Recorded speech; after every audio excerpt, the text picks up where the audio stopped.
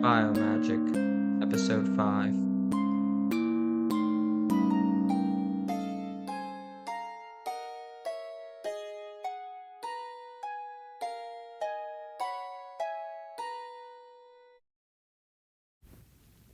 The last battle of Rudania. Each battle could be her last, for the Titan is so old and so tired. They use her to ravage settlements, taking what food they can and leaving the rest for the survivors. Rarely does she meet a foe who fights back, but when they do, the towers on her back are covered in blood and mud. The heads of those who thought they could hurt her are crushed with the thick scales of her back. The fool should know the only things able to hurt our queen are the fires we make on her back, the buildings we construct between her scales, and the spears we use to send her to the next war zone. Yet, I sit here above the cracked rocks of a path of a blight. I watch it desperately try to consume the mind and flesh of a foe far stronger than it. I see men running off and stabbing, climbing onto its fur-covered back, trying desperately to find a spot in the skin where they can make the opponent bleed and die. Thus became another victory for the warriors of Rudania. But they do not know of the dangers that follow the other beasts. They did not prepare for the other parasites to live on other hosts. And as they fought, I once again had to watch this magnificent creature rip and tear to keep its miserable existence alive. Again, I bear witness, and again, I recount my tale. I, too, used to be a blind follower of the beasts. I used to cheer and shout with the rest of them as the goddess rained hell upon the limited protection of others. I used to be another savage monster until one day we attacked a fortress of old. Bad men were slaughtered on both sides that day. It was also the day I recognized the terror in the lizard's eyes as it went through the eyes of all the men around me. I saw so many die that day. Normally, they would only kill a few. On real skirmishes, they would kill maybe a quarter or fifth of a settlement, only those who tried to fight us. And then, it would be one of ours down to every 3 of them. Most of that was because of the Gatling gun Roderick operated. Then Roderick died, and I saw true fear in the eyes of everyone. I saw the ever-present terror in the eyes of the lizard. I met a witch that day. Not a druid, not a weaver, not even a healer. A witch.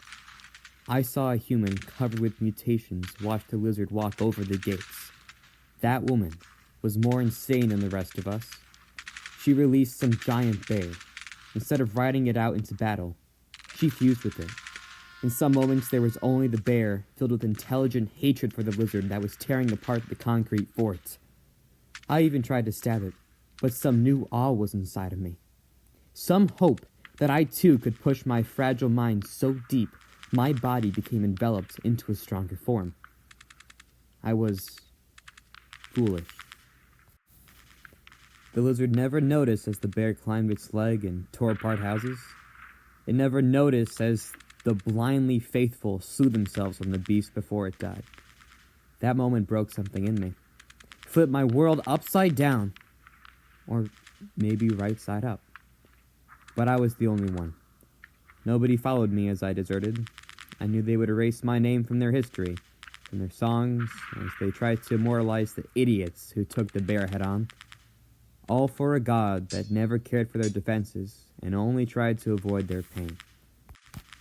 Even now, she bites furiously at the other titan as it scrambles and claws against her throat. Yet blood is only drawn from where it scratches at her belly. As its attacks grow more and more desperate, she continues to rip out fur and skin before tearing the flesh away from the neck. Blood splatters the two forces. Their minions are drowned in the ichor of gods, who they could not fathom. The lost run, for their god was a false prophet, and now they must flee, or join a new, violent region. That shall be the paradox of this god. Why does she fight, slaughter, tear buildings the same as flesh, draw red ichor from what could be the only equal that could understand its pain? Does it even feel pain? Or does it fight for the sake of an endless conquest, ever seeking to find more energy to satiate its endless hunger? I know that the barbarians do not drive this creature. I don't think the god even notices the barbarians. Yet, we shall never know the true motivations of the creature. Even as it digs its head into the bloody mass of ribs, organs, and fur, even as the war continues on the top of the other Titan, we shall never truly know why it continues. We shall never know if it loves this violence, or why it rages into battle. All I can guess is it follows the same oath of the rest of us. The oath to always fight for food, to always survive, and to never stop.